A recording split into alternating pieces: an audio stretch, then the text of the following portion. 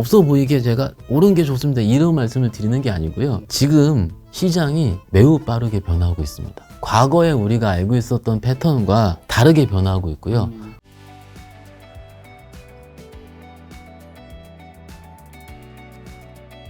자, 지금 한국 주식 많이 여쭤봤었는데 혹시 미국 주식 중에서 좋게 보는 회사는 있을까요? 그러니까 미국 주식을 제가 매그니피언트 7을 돌려봤는데 네. 미국에서 마이크로소프트가 신고가를 쓰고 가고 있거든요. 네. 근데 미국 주식이 한번 신고가를 쓰면은 안 빠지더라고요. AI에 대한 부분, 클라우드에 대한 부분 충분히 시장에서 알려져 있고, 그런데 이렇게 생각을 해요. 그냥 주식 측면에서 봤을 때 저희가 시가총액 1위라는 부분은 굉장히 큰 의미를 갖거든요. 시총 1위가 애플이에요. 3,700조 원화환산으로. 마이크로소프트가 3,500조입니다. 요거 조금만 오르면은 진짜로 삼성전자가 400조예요. 그러니까 거의 10배 수준이죠. 아마존, 엔비디아. 여기 기술적으로 좀 볼게요. 마이크로소프트입니다. 정말로 이게 지금 최근에 10월 달에 우리는 어려웠다, 힘들었다가 무색하죠. 그렇네요. 두 번째가 애플이죠. 아직은 신고가를 안 갔습니다, 애플은. 네.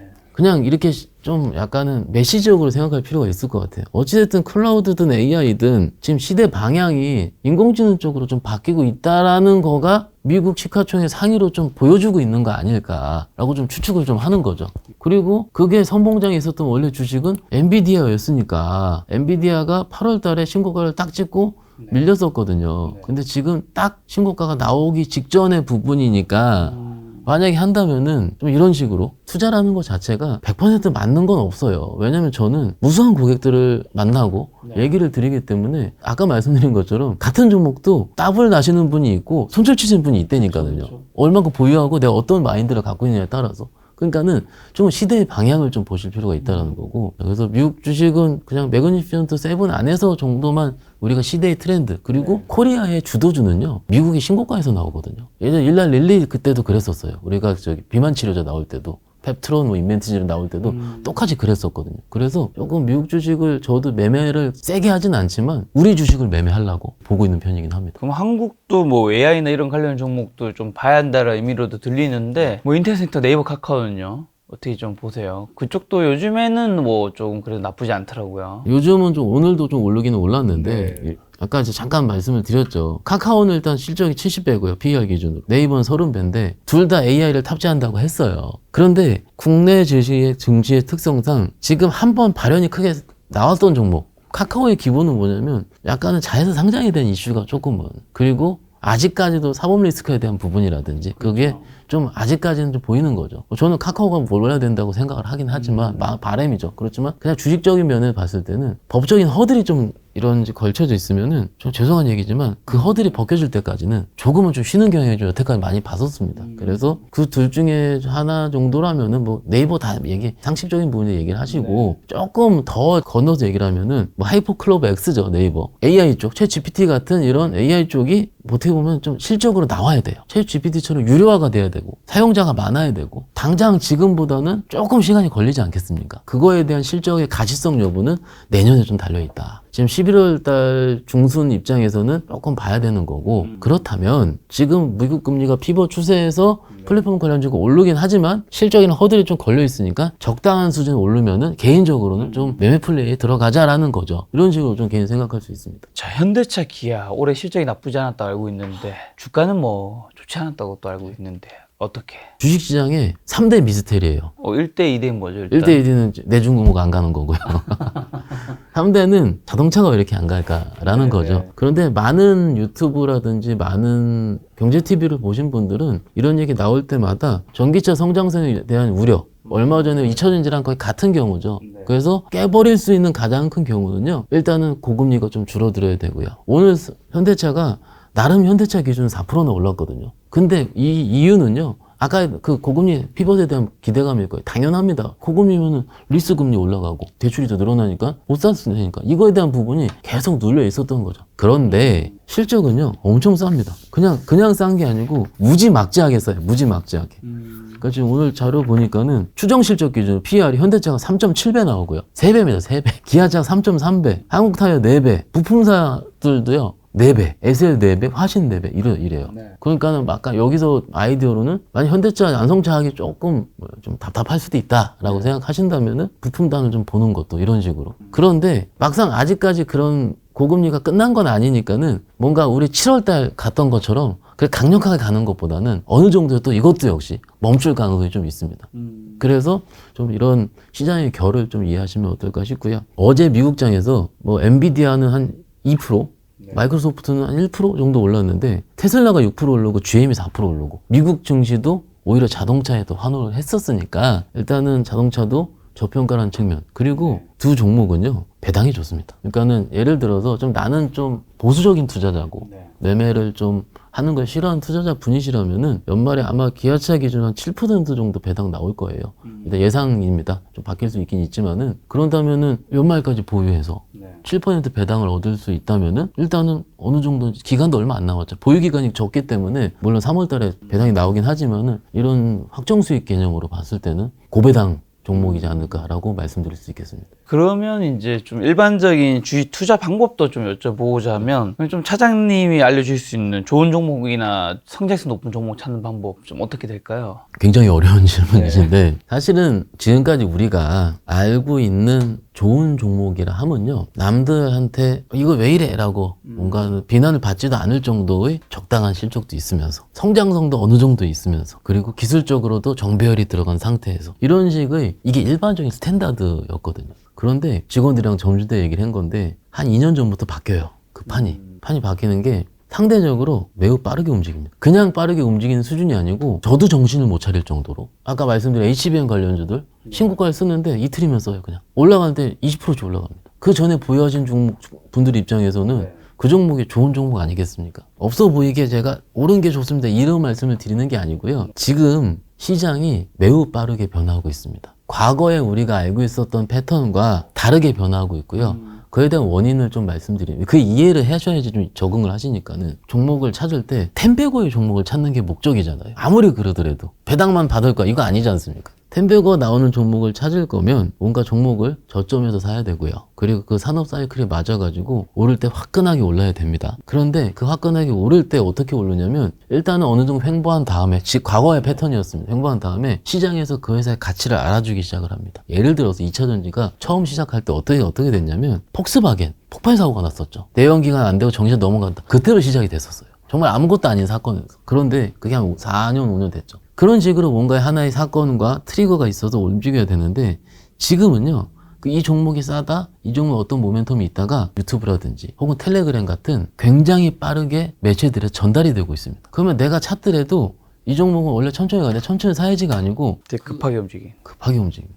왜 그러냐면 뭐 유튜브야 그랬다 치더라도 텔레그램에서 활동하시는 분들이 격이 많이 높아졌어요. 사실은 과거에 전 애널리스트 분들 혹은 전 매니저 분들 그러니까 시장에서 과거에 한 코팡이 끼셨던 분들이 분석을 하는데 사실은 증권사 입장에서 분석을 할 때 내부 컴플라이언스 때문에 얘기 못하는 것도 많고요. 사실은요. 법적인 부분을 당연히 지켜야 됩니다. 당연한 거고. 그런데 자본시장법이라든지 이게 속하지 않는 분들이 좀 있기 때문에 오히려 좀 그거를 여과 없이 나오게 되고 또 그 여과 없이 나오게 되는 그 메시지를 보고 매수세가 들어오기 때문에 그 매수세가 갑작스럽게 급등이 나온 현상들이 한 3-4달 된 것 같아요.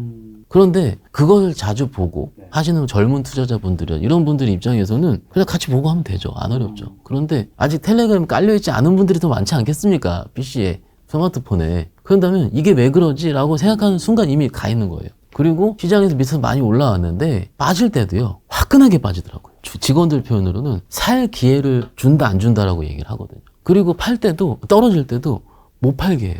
왜냐면 개파락해서 하시니까. 예를 들어서 어떤 경우가 있냐면 실적발표 시즌에는 기존의 증권사가 커버했던 종목에 대한 컨센서스가 있습니다. 3분기 OP 마진이 100억이 예상된다. 이 컨센서스잖아요. 70억이 나왔어요. 그러면은 예전에는 이걸 저희가 다트 들어가가지고 재무제표 열어봐가지고 찾아봤어야 됐거든요. 그쵸. 웬만한 유수에 커버되는 그쪽에서 컨센의 몇 프로 미달이 이게 굉장히 빠르게 나옵니다. 그런데 여기까지는 좋아요. 너무나도 정보를 쉽게 얻을 수 있고 좋은데 정석은 뭐냐면은 컨센이 덜 나왔으면은 왜 덜 나왔는지 그게 일회성 비용인지 아니면 정말 산업이 꺾여서 그런지 혹은 회사에서 안 좋은 일이 생겼었는지 이거를 파악해보고 단순히 일회성 비용이었다 이 산업 성장 문제가 없다 그러면 빠짐에도 불구하고 보유를 해서 더 사야 되고 이런 식의 필터링이 있어야 되거든요. 그런데 시장이 워낙 빨리 움직이니까는 딱 뜨면 쇼크 팔어 이렇게 돼요.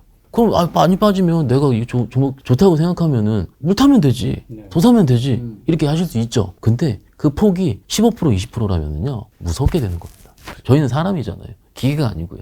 사람이기 때문에 이게 내가 모르는 뭔가 악재가 더 크게 있어가지고 빠지는 거 아니야? 라고 생각이 될 정도죠. 그런 우리 정보가 빠르게 혹은 손쉽게 얻을 수 있는 이거 자체가 이게 잘못됐다고 말씀드리고 싶지 않아요. 왜냐하면 이것도 시장이거든요. 변하는 과정이니까. 근데 이거를 우리 구독자분들이 좀 저는 이해를 해야 된다고 생각해요. 이걸 이해를 해야지 그 다음에 어떻게 매매하느냐가 나오게 되거든요. 지금 시장이 좀 이렇게 변하고 있고 앞으로도 그렇게 될 것 같습니다. 왜냐면은요. 지금 우리가 아까 섹터를 잠깐 얘기를 했지만 제 입장에서 좀 빤하거든요. 지금 남아있는 거. 로봇, 자율주행 안 움직였던 것들이요. 그러면은 거기 안에서 종목들도 추려질 수가 있습니다. 그럼 그 추려진 것 중에서 어떤 식으로 워킹을 해서 어떤 식으로 뉴스가 나오고 시장에서 회자가 되는지가 그 종목의 주가 발현의 키팩터가 될 거지 않겠습니까? 그러면 그거 미리 봐놔야 되는 거죠. 일단은 좋은 종목이라는 표현보다는 시장이 좀 변화하고 있고 내가 좋은 종목을 미리 좀 공부를 해놓고 메커니즘이 발동될 때 내가 좀 발빠르게 매매 이용하자라는 게 맞는 것 같아요. 제가 보기엔. 지금 로봇과 자율주행이 좀 안 갔나요? 좀 들어갔죠. 지금 다음에 좀 갈 수 있는 가능성이 있다. 아니 뭐 그것도 있고요. 뭐 지금요 막상 우리가 내년에 예를 들어서 준비를 한다면은 기본 세팅은 이겁니다. 올해 많이 오르지 않은 것 중에서요. 2년 연속 주도주는 별로 못 봤거든요. 쉬었다가 그 다음에 대난한이 있더라도 2년 다이렉트 오르는 건 못 봤어요. 그러면 반도체랑 2차전지 좀 빠지겠죠. 성장성이 좀 있는 것들 중에서 조금 미래 산업과 지향된 것 한다면은 뭐 XR, AR 같은. 그러면 XR, AR이 된다면 되려면 당연히 카메라가 좋아져야 되고 디스플레이가 좋아야 되고 그리고 아직까지 계속 로봇에 대한 부분 성장성이 있으니까 로봇 4분기 때 앨런 머스크가 도조 얘기 또 할 거니까는 당연히 자율주행 쪽 그러면 자율주행에 들어가는 칩스 삼형제들 이렇게 있거든요. 그리고 최근에 무상증자하는 종목 실적이 꾸준한 종목 뭐 MPU 들어가는 종목 이런 식으로 그 각각의 종목마다 그 특징이 있을 수가 있어요.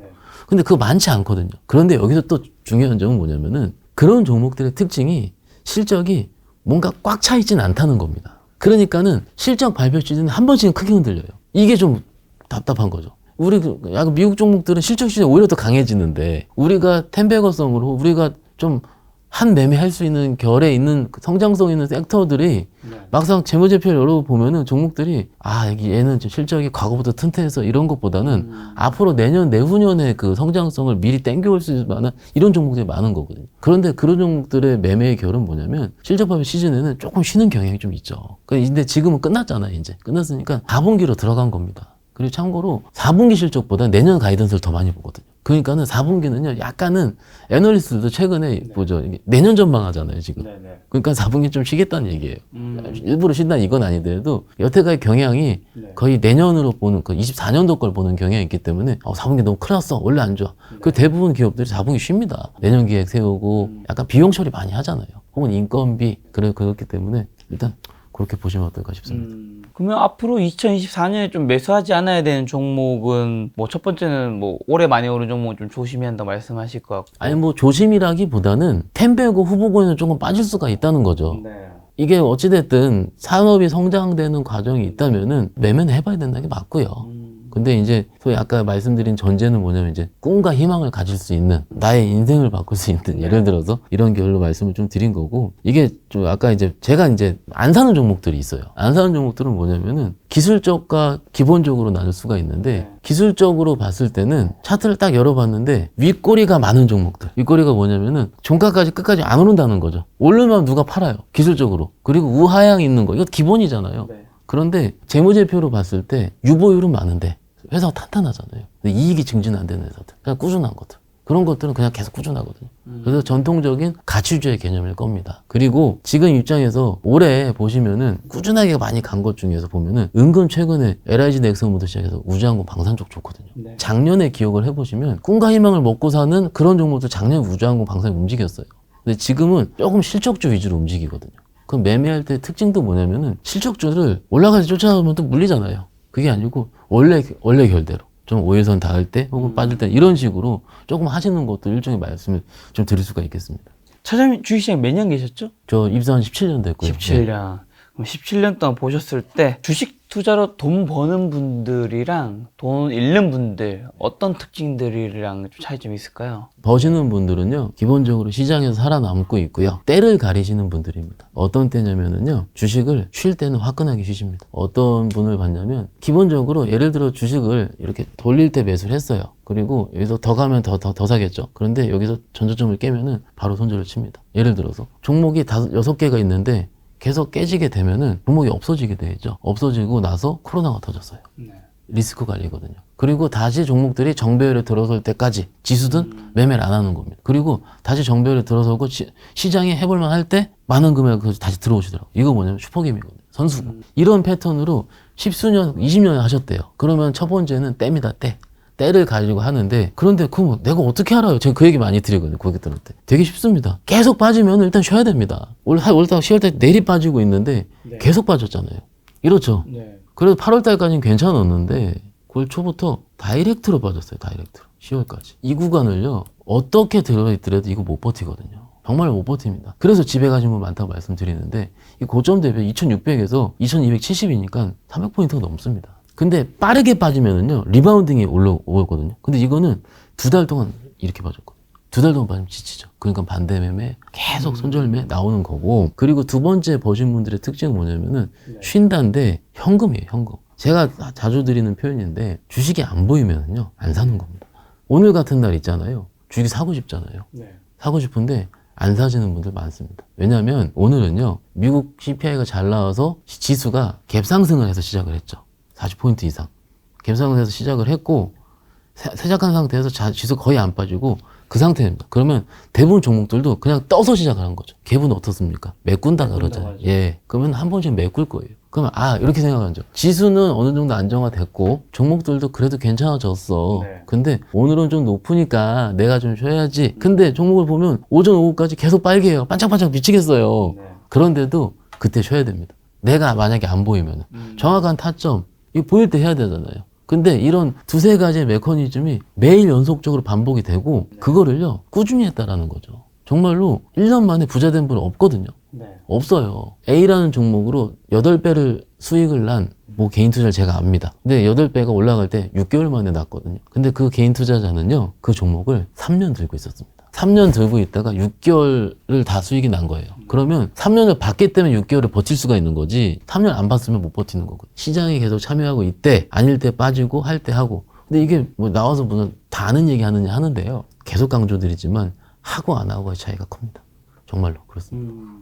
그럼 돈 잃는 분들은 쉬지 않고 현금 보유하지 않으니까 잃는 건가요? 그리고 신용까지 급하고 반대입니다. 똑같습니다. 대부분 분들이 그래요. 현장에 상담을 할 때 지수랑 상관이 없이 제 계좌 포트를 보거든요. 건드려야 될 계좌도 건드리지 않아야 할 계좌가 바로 답이 나옵니다. 보자마자. 뭐냐면 현금 빵인 계좌는 지금 건드리면 안 되거든요. 그리고 고객한테 물어봅니다. 30% 정도 현금화 할 건데 하고 싶은데 해도 되겠습니까? 나는 1원도 손해보기 싫대요. 그러면 그 고객이니까. 그러면 어떡합니까? 그냥 한두 개 정도 올라올 때까지 가장 기다려야 돼요. 지수가 2200이든 1300이든. 왜냐면은 그거는 계좌의 컨디션이 나쁜 거거든요. 대부분 그런 분들은 제가 설명을 그런 얘기 들었어요. 이거는 계좌 컨디션이 되게 중요하고 현금이 있어야지 내가 편하게 분할 매수도 할 수 있고 이렇게 하는데 예를 들어서 1억 안에서 현금이 300밖에 없어요. 대부분 그럴 거거든요. 300에 1000 정도, 5%에 10% 정도. 그러면 이걸 가지고 내가 10번을 맞추더라도 한 번 틀리면 이게 힘들어져요. 근데 여기서 현금이 1억 기준으로 3000에서 4000 있다 치겠습니다. 500에 1000 가지고 조금 틀려도 나머지 2000 가지고 복구할 수가 있거든요. 그런 여유가 생기는 거예요. 그러면 가장 기본은 계좌 컨디션입니다. 지수랑 상관없고 지수 레벨은 필요 없습니다. 나의 컨디션 가장 먼저라고 일단 말씀을 드리고요. 그 다음부터 그래서 뭐 사요? 이런 물어보면 안 들리는 거예요. 결국은 내일 오를 거가 궁금한 거죠. 내일 오를 거가 그게 아니고 내가 내일 오를 거를 사다 팔아서 할 수 있는 컨디션이 되느냐가 먼저거든요. 근데 대부분 분들 아마 계좌 얘기하시는 분은 별로 없을 거예요. 근데 해보니까는 저도 50% 현금인 계좌, 70% 현금인 계좌랑 현금이 없는 게 남은 요만한 자투리로 매매하는 거랑 수익이 달라요. 같이 매매하더라도 같은 종을 매매하더라도 현금이 없는 계좌는요 조금 올라오면 팔게 돼요. 급하니까 이거 물리면 안 되니까는. 그런데 현금 많은 계좌는 좀 둡니다. 약간 손실이 나더라도 조금 더 살 수도 있고요. 그렇게 조금은 우리가 매매를 할 때 여러분들도 똑같을 겁니다. 이게 현금이 있어 마음이 편해지거든요.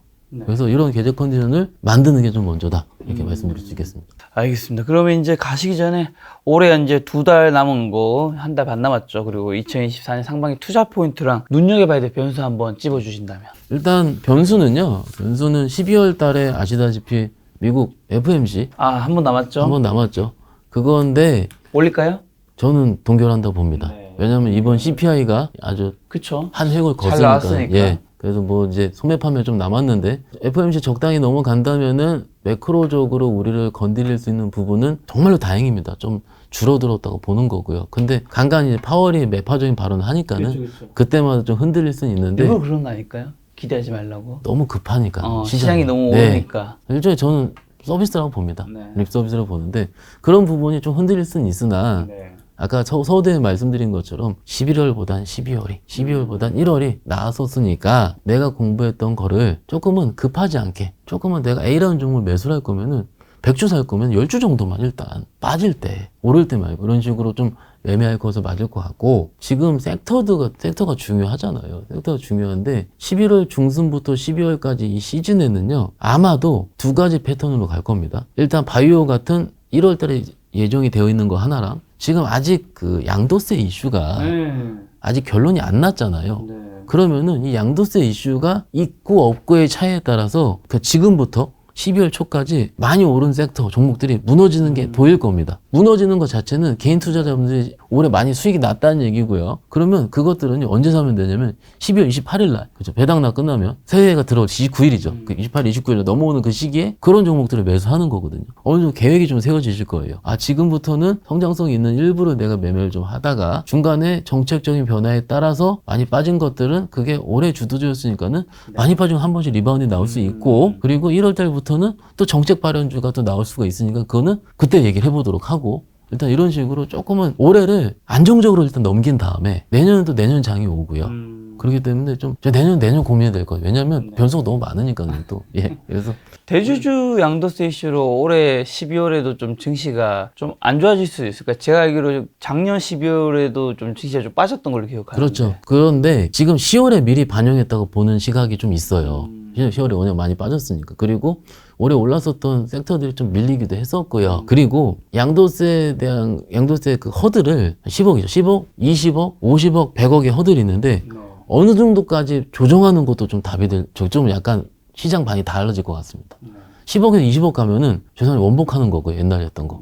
근데 50억 정도 통곡에 좀 가게 되면은 웬만한 분들은 그 대주주 개인 투자는 안 걸리세요. 저도 봤을 때 한 종목을 50억까지 베팅하시는 분은 뭐 제가 약간 좀 작아서 그런지 모르겠지만은 못 봤거든요. 그래도 한 2, 30억, 3, 40억 정도. 왜냐면 그런 분들도 분산을 하시거든요. 종목들로. 그래서 조금은 그게 완화될 것 같아요. 여태까지 우리 시장 11월 하반기는요. 항상 양도세 시즌 때문에 없었던 시즌이거든요. 막 매매도 좀 쉬게 되고 이번 건을 계기로 좀 하반기에도 우리가 매매를 할 수 있는 건전한 시장이 연출되길 바라보겠습니다. 알겠습니다. 김작가TV에 또 촬영 처음 나오셨는데 마지막 가시기 전에 오늘의 투자 조언 딱 한마디만 첫 방송이니까 주고 가신다면요? 제가 항상 시장에서 있을 때 A 종목이 오르면은 좀 쉬었다가 매도하거든요. 급할 필요가 없어요. 그리고 쉬었다가 매도하더라도 충분히 더 높게 매도한 적이 많습니다. 워낙 요즘 시장이 어렵고 내 종목이 힘들고 그러기 때문에 조금만 하면 내가 너무나도 엑시트하고 싶고 막 여러 가지 저도 압니다.